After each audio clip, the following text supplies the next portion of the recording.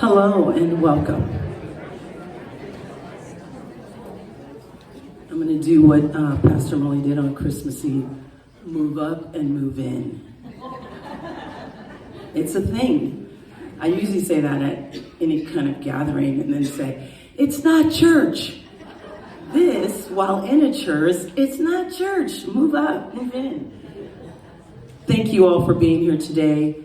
This is our third annual, I keep saying fourth because we did have one down at the boatyard years ago. Llewellyn, if she's in the audience, would remember that.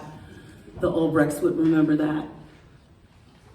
A great celebration, but thank you for being here for the Reverend Dr. Martin Luther King Day celebration. I want to say welcome to all of you. I'm going to have Pastor Molly come up and do a quick prayer, and then we will start our program. Oh, I will have Leanne come up before we start, but no. Prayer, then Leanne, then we start. Okay. Is that all right? Okay. It is. That was just really fast, Joy. Okay. I do get the pleasure of praying for us, but first I just want to welcome you to this space. It is always good when we get to do something where the community comes together. Many of you have your own churches. Many of you have no church. Many of you are like, why do I have to step inside of a church? Today we are here as community. Yes, we're going to do a few things that feel churchy, but a lot of that is because Reverend Dr. Martin Luther King Jr.'s first identity was as a pastor. And so that's important that we talk about that we lean into that. His whole reason for wanting equity and everybody to understand the sacredness of human dignity comes from his faith. And so that's where we begin today. Would you pray with me? Gracious God, we give you thanks for this day, this hour and a half where we get to be together to just focus on what it means to have equity. Help us to focus, help us to learn, help us to grab onto something that will give us not only hope, but give us a way forward, something we can do, something we can think about, a new way to be with the people that we have influence over. We give you thanks, God, for this good community. Help us to make it better. Amen. I welcome you as well, and some of you came in and you noticed there were some crosses on the pews, and there were 100 of them, and the goal was to get everyone to move forward, just like Joy said. But unfortunately, some people thought that meant those seats were reserved, and that wasn't the plan. But the cross has been a symbol for years and years, and it was in many traditions around the world, including Indian, Native American, European, Middle Eastern, and Asian.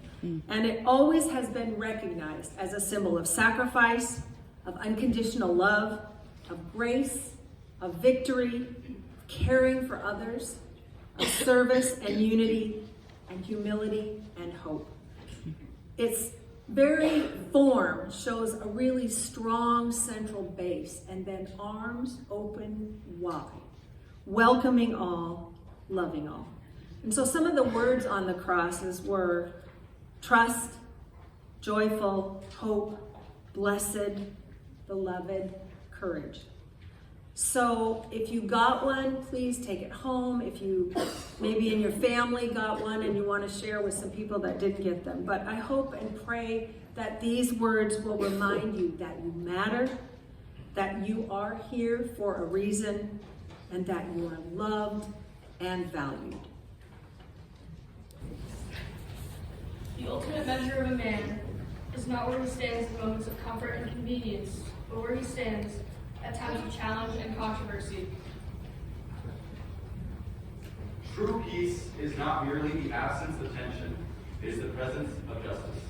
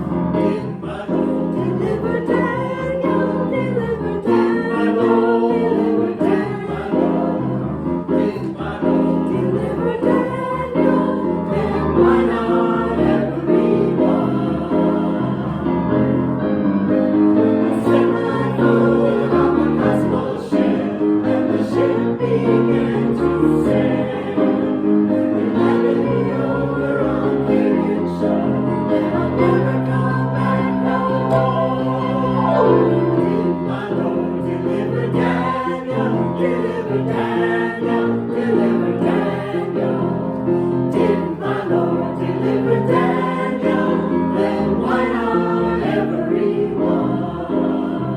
Did my Lord deliver Daniel, deliver Daniel, my Lord deliver Daniel, my Lord. Did my Lord deliver Daniel, then why not everyone? My Lord deliver Daniel.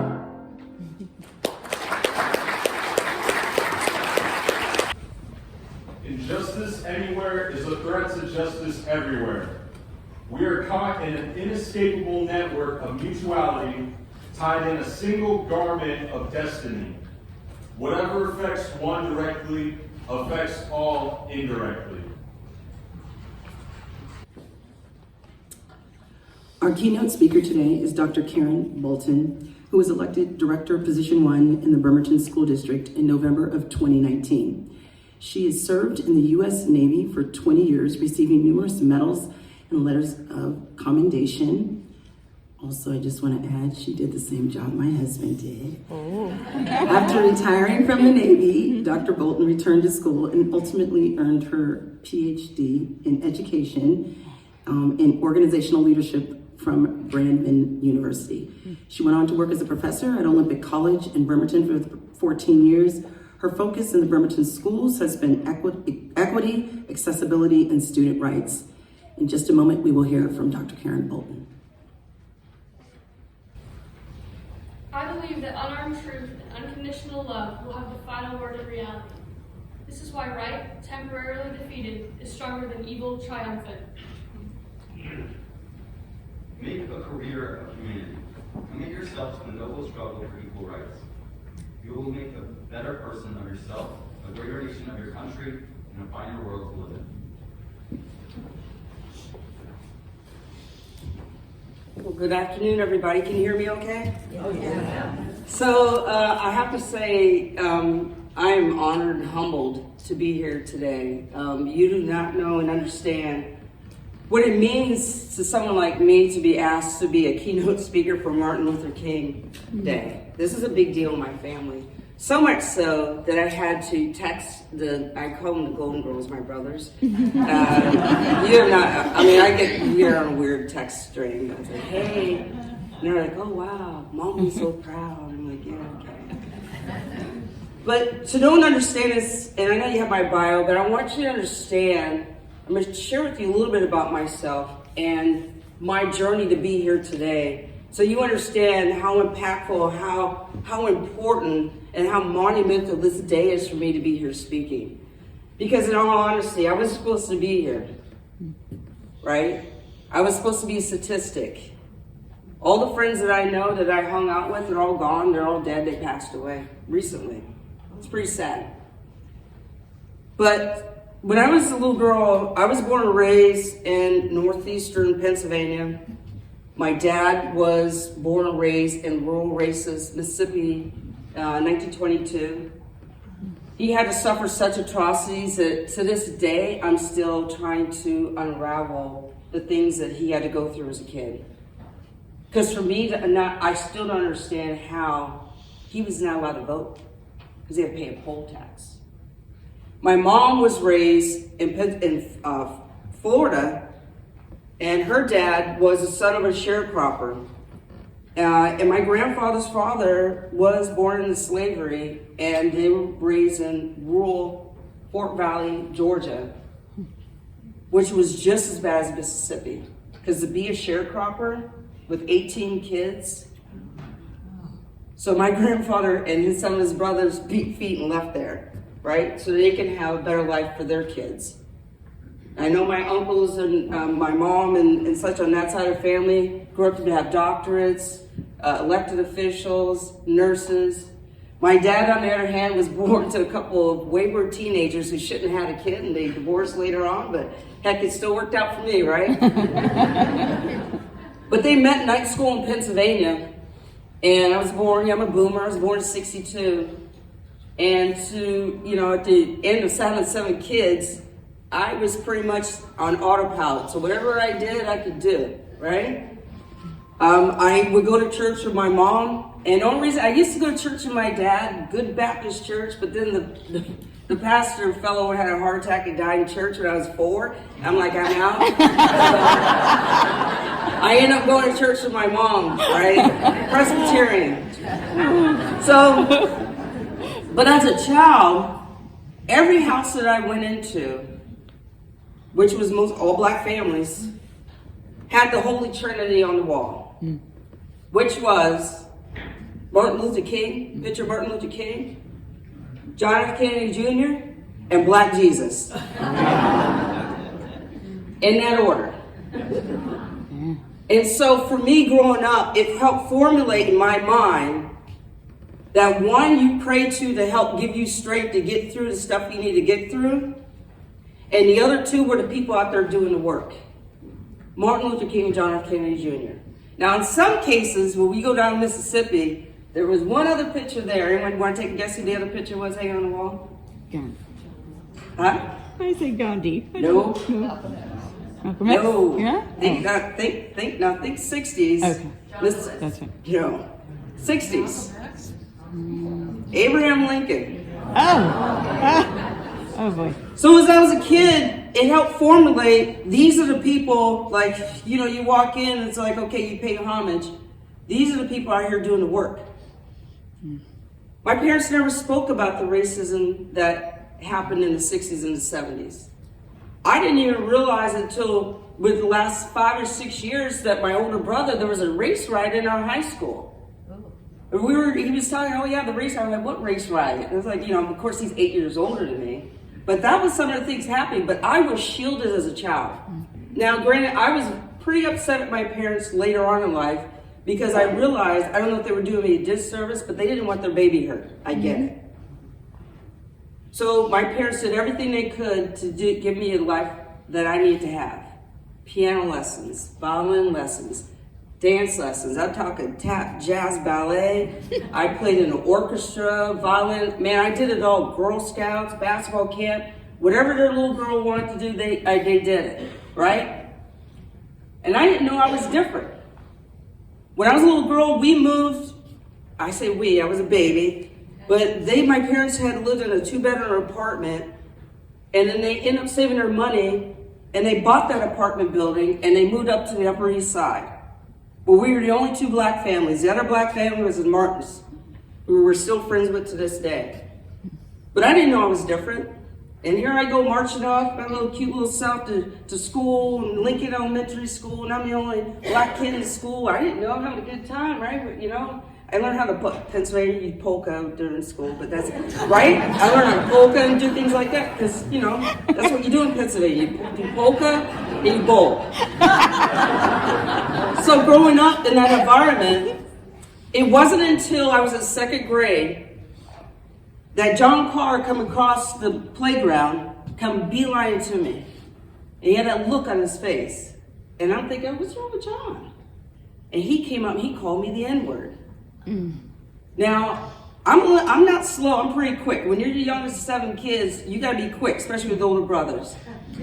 And so I didn't like the look on his face, and I didn't know what the word meant, but I knew I didn't like it, because I saw how the other kids were looking at me. So I did what any good Bolton would do that her older brother saw her do. I punched him square in the mouth.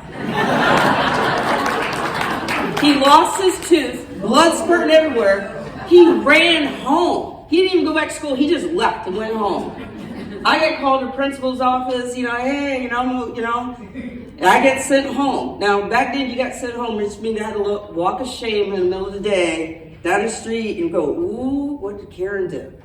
And my mom called me and said, don't you turn that TV on. So there I sat in the living room, waiting for my mom to come home from work. Dragged me in that bedroom, and I got one of many whoopings. Because she said, that's not your problem, that's his problem. It was a lesson I had to learn that day, that I was different.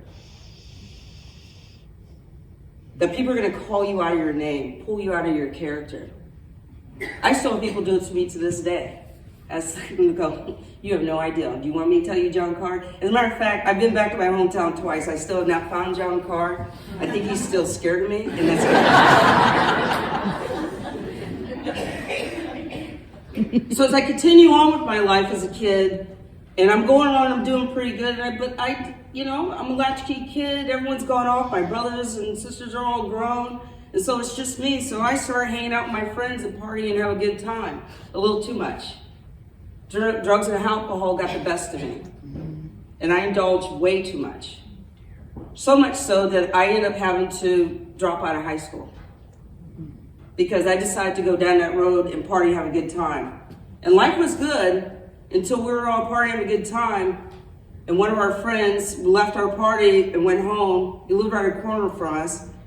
And he fell asleep in the back of the car like he always did, but this time he overdosed and died. And that's when I know I gotta go. Because if I stay here, I'm going to die. I knew it. So I took my little GED and I went to the recruiter and I went to the Marine Corps. I was like, I'm ready. He's like, yeah, you don't have a high school diploma? No, sorry. Air Force, nope, wouldn't take me. Coast Guard, Air Force wouldn't even, keep going. Navy said, when do you want to leave?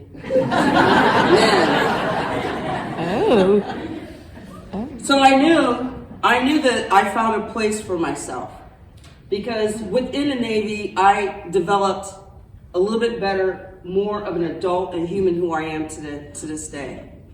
Core values, honor, courage, commitment, that still resonate and still drive the work that I do to this day. My brother and I have been going back to my hometown for the last 2 years in a row. And the first year we went back 2 years ago, I was gonna connect with my last friend. And just before I got there, she overdosed and died. And my brother and I were talking about this, we were sitting there, and when we go back to our old schools and community leaders, and we have these discussions.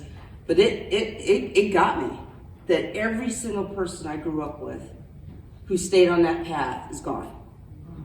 But that doesn't mean that my work is done. I use that to fuel me to continue on to do more and to do better. What I really appreciate about being in the military was I got a chance to work with so many different people from different backgrounds and from different areas and different parts of this country than you could ever imagine, bar none. And the one thing that my pop told me that my dad very rarely spoke, as a matter of fact, when my mom passed away, my dad talked so much, someone looked and said, Eddie, I didn't know you could talk so much. He's like, well, my wife did all the talking for both of us. But he always told me, he said, you don't ask people what their religious affiliation is. You don't ask them what their politics are. You don't ask them who they're married to. It doesn't matter. It matters if you're a good person. Are you going to do the work? Can I trust you? Those are the things that I look at in individuals.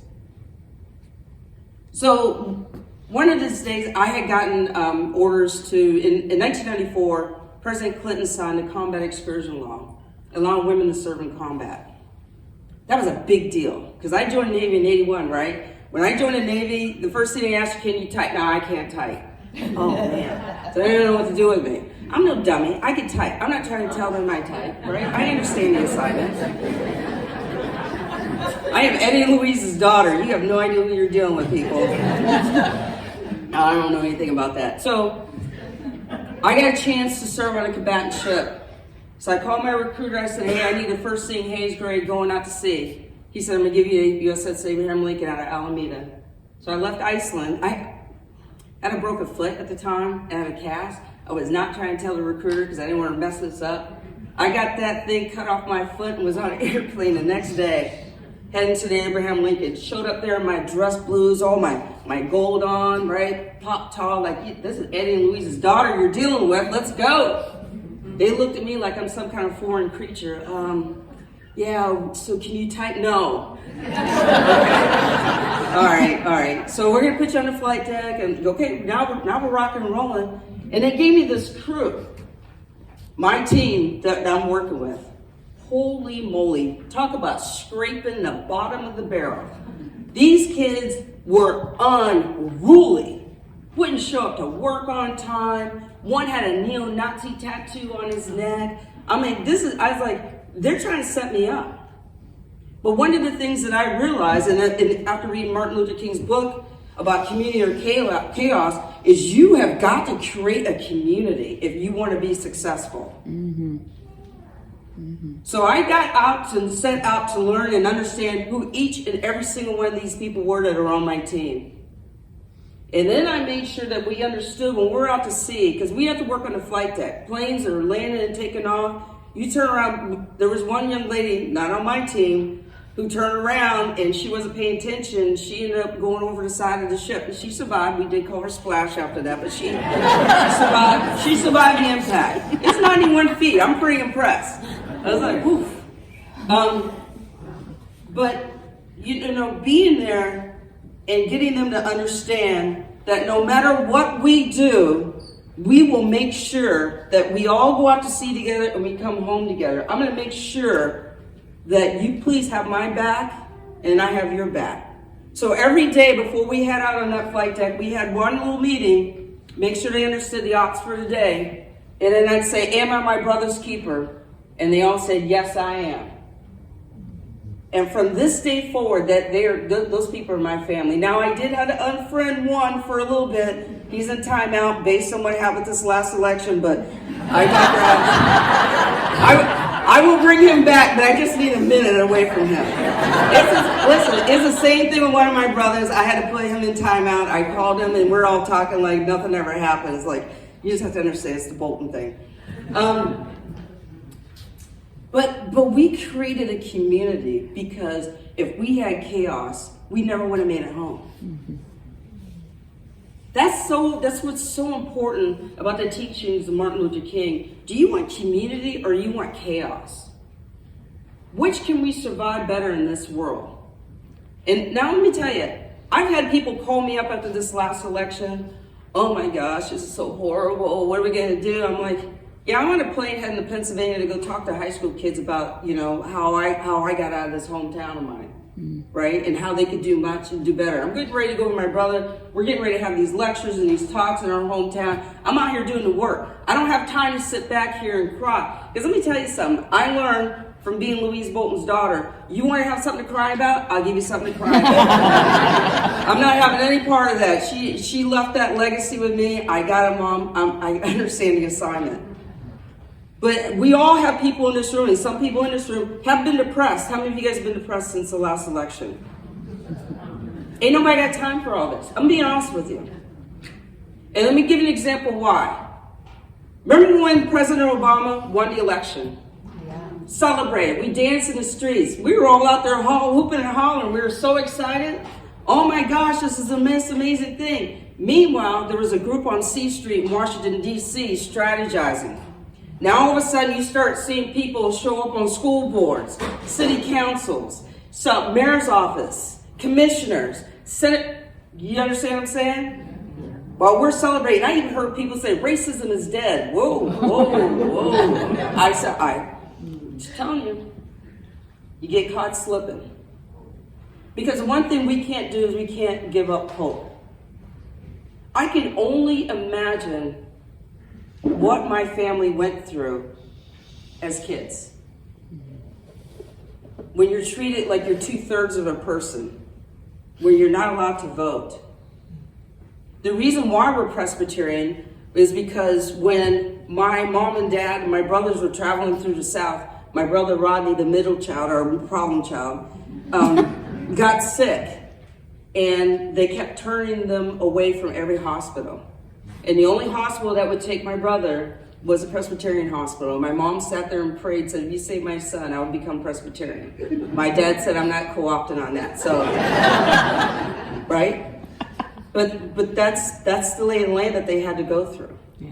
Now, it's a shame. Sometimes I'm very envious of my parents and that generation, the generation before them. Because walking into that house, when you see the Trinity, the Black Jesus, the JFK, MLK, they had their heroes, they had their beacon, they understood the assignment. You don't see those pictures hanging up in people's houses anymore. We will only come together once a year and celebrate MLK and understand his teachings. But we don't have to have these celebrations. We can still do the work. The groundwork's already been laid. The work has already been done. Now, it's not fair. We still have to fight for some of these civil liberties that we're supposed to be given. But we got caught slipping. So, for me, what's really important for me in the work that I do, now, granted, I was trying to be retired. I was not trying to go sit on school board. I just wanted to go golf and hang out and have a good time. But one of my friends that lives around the corner from us called me up and said, hey, let's go have coffee. And when she calls you up to have coffee, do not answer her phone. I'm not going to put her on blast. But we all know who she is, sits on the school board with me. And she said, we need you. Now, let me explain something to you. If you call me up and say you need me, I am going to be there for you. It is one of the most important things for me to do is to serve my community. Now, I did run for re-election last year, and I will tell you about my opponent, who's not that bright. Because he had a choice who he was going to run against. 3 people. There was a white woman, a business owner, the nice white guy, Catholic guy, and then there was me. He said, I figured you'd be a worthy opponent. I said, dude, I'm not here to fight you. I'm here to fight for our kids.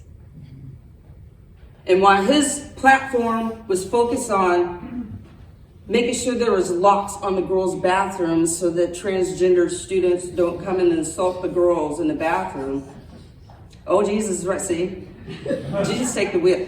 I'm more focused on helping our educators understand and use AI in the classroom.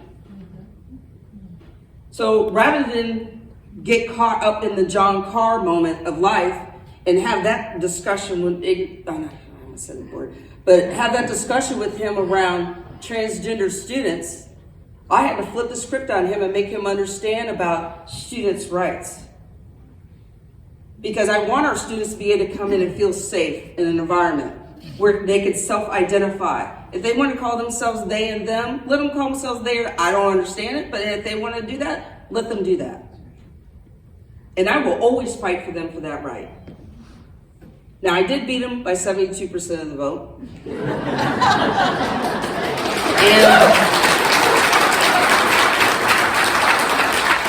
But just so you know, they're still out there trying because he didn't get enough by getting beat by me. He had nerve to run against Senator Drew Hansen. I'm like, and I asked, I said, dude, what are you doing? Oh, thought I'd just go up there and do it. But that's the mentality. And let me tell you something. If you want to do something for your community, go run for office. I mean, school board directors, right? I mean, it's not like we get paid a lot. Like dog catchers get paid more than we do. It's not like we have a lot of prestige. We have a lot of responsibilities. And me, I actually, more than a school board director, I'm legislative rep, so I represent, one of 25 of us represent 1,447 school board directors. And we work on policy for all school board directors that we can go to our local legislators and advocate for. So it's a lot of work. And you want to talk about being crazy? Be in a room with some of those individuals who I got in a serious discussion with because she's saying that she's being persecuted because she's a Christian. I was like, whew. Right? It took a lot. And she almost took me out of character. And I had to have a conversation with her that was very much one way. And then I had to put myself in timeout. because you cannot let them pull you out of your character and who you are. Mm. So I ask you, how are you going to create community from this day forward? I don't want to sit here and talk about and cry about that last election. It's just an election. We have midterm elections in 2 years and a presidential election in 4 years. We need to get ready. How many school board seats? How many city council seats? How many mayor seats? Who can you support? If you don't want to run, help run someone's campaign. Or if you don't have time for that, calling out for support. How are you doing? How are you holding up? Because let me tell you something. That was a lot of doors being knocked on, right? I was so tired. I went home laid on the floor in front of the fireplace. I'm like, I just need a minute. And I'm a chatty Cathy. I'm an Aquarius, and I'm an extrovert. And if I'm laying on the floor in front of the fireplace, leave me alone. Because I was about done. But we cannot allow anybody to pull us out of our character. Ever again. I understand the assignment. I have spent, since my parents have passed away, I spent a lot of time researching and doing our ancestry. Because they did the work to make sure I could be here to this day. I didn't know we were poor on government assistance, right? I just didn't understand why your cheese didn't melt, right? The government cheese did not melt. I don't know what you said. It did not melt. Why we got powdered milk? Why my dad had to sell Amway door to door when he got laid off? Why my grandfather had to leave being a sharecropper? Why my dad left Mississippi because he couldn't vote. I understand that. And what their parents had to go through. So if I sit here and cry about an election, I'm doing them a disservice. So I ask you, what legacy do you want to leave on this earth? What are you going to do to create community and not chaos? I don't mind having a conversation with someone across the aisle. It does not bother me. Because I'm not worried about your political film. What I have it out about. I need to work on this. I'm working on it.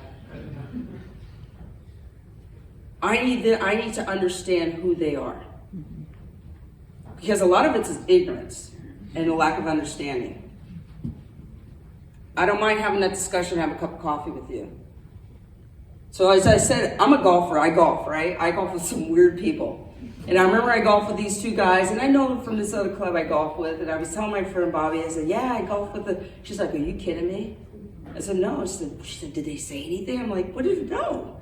She said, those are the biggest Trumpertopians that I've ever met. Like, she said they're so crazy. And I was like, they were the nicest gentlemen to me. They must have been relatives of John Carr, so just saying. Right? Because I make sure to carry myself a certain way, right? I make sure they know that I'm not the one, don't come for me. And I'm gonna ask questions and push back. So I ask, and I'm gonna ask you to do more, because that's what we have to do.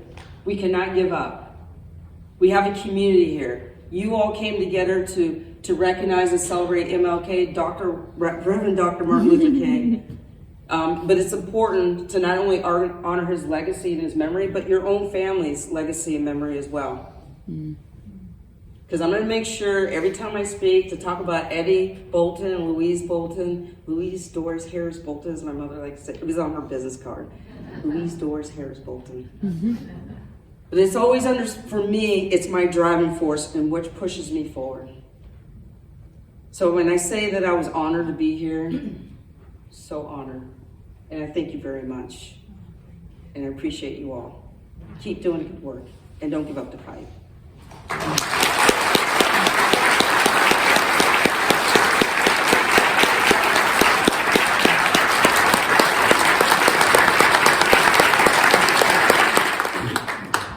Dr. Karen Bolton, thank you so much for that. Whew, we were blessed today by that. Thank you. Gig Harbor, I love you. I love us. If you don't know me, my name is Dr. Molly. I use she, her pronouns. Here we are on the unceded territories of the Puyallup and Coast Salish peoples.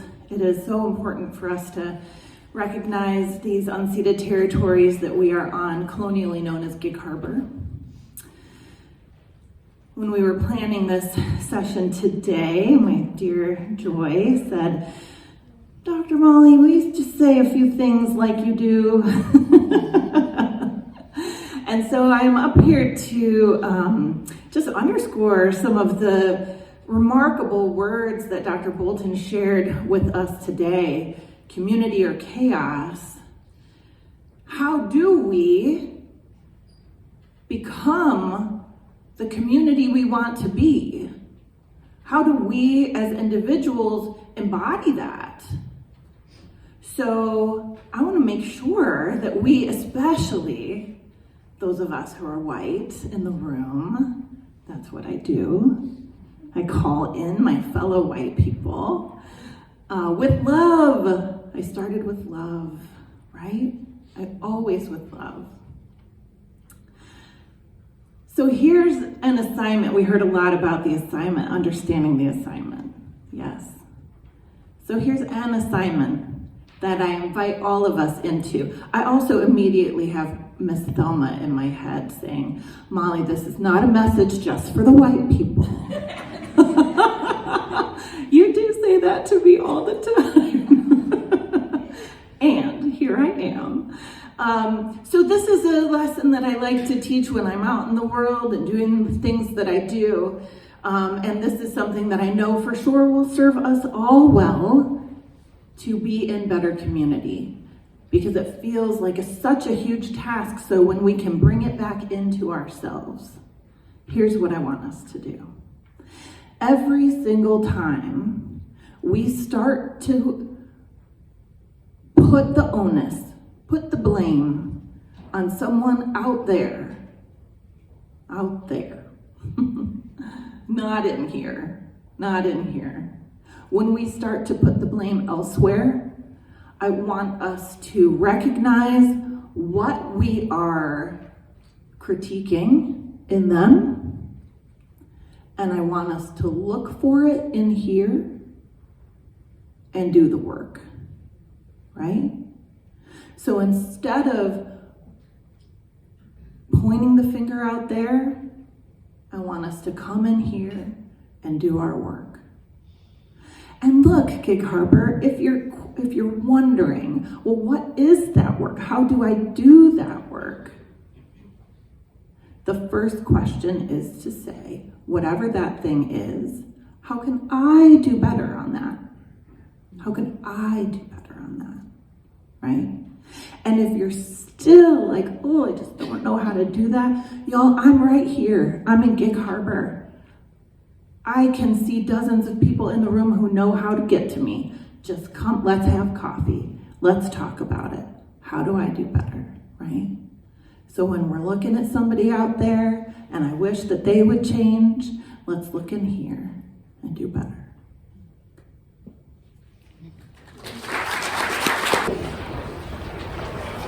We shall overcome because the arc of the moral universe is long, but it bends towards justice.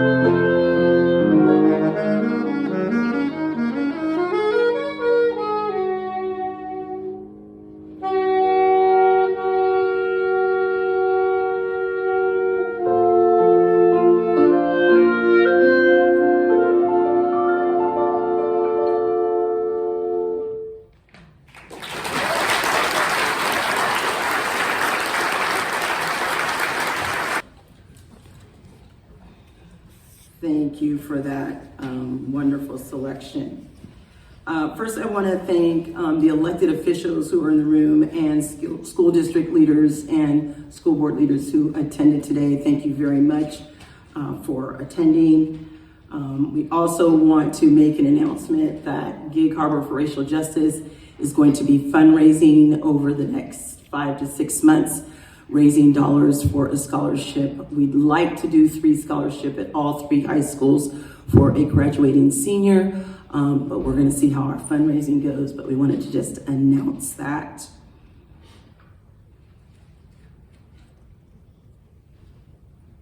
Before we have our last spoken quote, I want to remind folks that there are refreshments in the back, and we'd love you to stay and take a moment to get to know someone you don't know. That's part of the assignment. And thank you all for coming. This event gets bigger and bigger every year, and we're just going to continue to do it. So I appreciate all and everyone who had a hand in that, and I should probably thank those folks. Dr. Karen Bolton, when I call you, come. Thank you so much. Thank you.